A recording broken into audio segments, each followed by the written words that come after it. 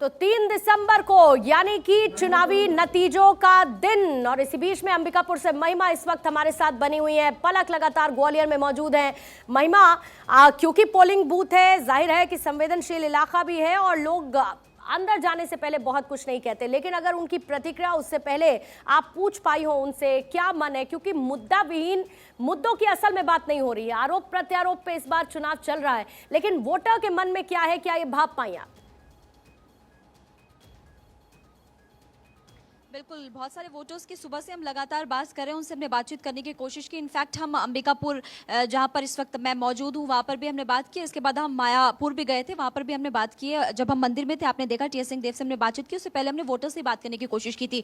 वो ये कह रहे हैं कि यहाँ पर सड़क की बहुत ज्यादा समस्याएं हैं, पानी की बहुत ज्यादा किल्लत है, और जो हमारी समस्याओं का समाधान यानी कि जो बड़े बड़े वादे किए गए कि महिलाओं को ये कर देंगे, आदिवासी क्षेत्रों में इतना विकास करेंगे, वो नहीं। जो आप मौजूदा समय में अभी आपने जितना विकास किया है, जितना काम किया, उसके आधार पर लोग यहाँ पर वोट करने के लिए पहुंच रहे हैं। और देखिए इस वक्त मैं जिस पोलिंग बूथ में मौजूद हूं, आपसे कुछ ही देर में पूर्णिमा यहाँ पर टी.एस. सिंहदेव आने वाले और यहाँ पर वोट करने के लिए वो पहुंचेंगे अपने परिवार वालों के साथ। सबसे पहले आपने देखा कि महामाया मंदिर वो गए थे, पूजा अर्चना की। और इस वक्त जिस मतदान केंद्र में मैं मौजूद हूँ 127 मतदान केंद्र है इसका नंबर, और क्रमांक इसका 127 है। और इसमें आप देख सकते हैं कि महिलाएं इस वक्त यहाँ पर आपको सामने मौजूद नजर आ रही है। उनसे एक छोटा सा रिएक्शन हम लेंगे। मैम आपका नाम बताइए। लक्ष्मी दास। इस बार विकास के नाम पर वोट या फिर नाम के नाम पर? विकास हुआ है अंबिकापुर में? हुआ है जी। और कुछ लोगों से हम रिएक्शन लेते। देखिए अभी फिलहाल अंदर बाकी लोग जा रहे हैं क्योंकि उनको वोट करना है, लेकिन देखिए लंबी कतारें यहाँ पर पूर्णिमा लगी हुई है। बुजुर्ग महिमा कैमरे पर जा रहे हैं जो अपने वोटिंग राइट का इस्तेमाल कर चुके हैं, और जाहिर बात है देखिए वैसे भी वोटर के मन में क्या है ये जानने की कोशिश नहीं करनी चाहिए, लेकिन हाँ वोटर का मुद्दा क्या होता है, वोटर किस आधार पर अपना वोट कास्ट करने के लिए पहुंचा है, ये जरूर जानना चाहिए। पलक भी इस वक्त हमारे साथ मौजूद है। पलक, मैं आपसे ये सवाल निश्चित तौर पर पूछ सकती हूँ कि लहर किसकी है।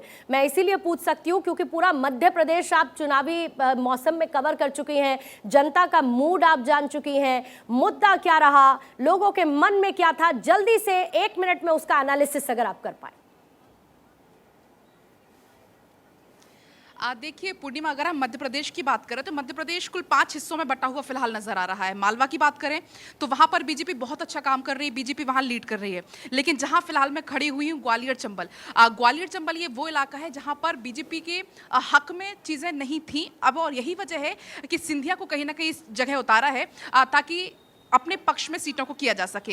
हालांकि भी सिंधिया जी जब यहाँ पर मौजूद थे, हमने उनसे बातचीत करने की कोशिश की। सीएम को लेकर जब सवाल किया गया तो जैसा कि हर जगह से जवाब मिल रहा है सीएम को लेकर, थोड़े बचते बचाते हुए नजर आए। वो यहाँ पर महाकौशल की अगर हम बात करें, जबलपुर वाला जो इलाका माना जाता है वहाँ पर बीजेपी मजबूत स्थिति में है। मालवा निमाड़ में बीजेपी मजबूत स्थिति में। विंध्य की बात करें वहाँ पर भी बीजेपी और कांग्रेस दोनों में कांटे की टक्कर है। तो कुल मिलाकर पूर्णिमा कहा जा सकता है कि जो बीजेपी है वो मालवा में काफी अच्छी लीड करती हुई नजर आ रही है। लेकिन अगर यहाँ की बात करें, ये क्योंकि ये भी कहा जाता है कि जिसने ग्वालियर चंबल को फतह कर लिया वो सत्ता में आ जाएगा। आपको याद होगा पहले भी जब सरकार बनी वो ग्वालियर चंबल की वजह से बनी। जी बिल्कुल। और ये कहा जाता है कि अलग अलग राज्यों में किसकी कितनी पॉपुलेशन है, कौन किस जाति को बिलोंग करता है, और खासतौर से देखिए आदिवासियों को लेकर इस बार बड़ी चर्चा हो रही है क्योंकि दोनों ही प्रदेशों में आदिवासी बड़ी संख्या में, फिर चाहे वो मध्य प्रदेश हो या छत्तीसगढ़ हो।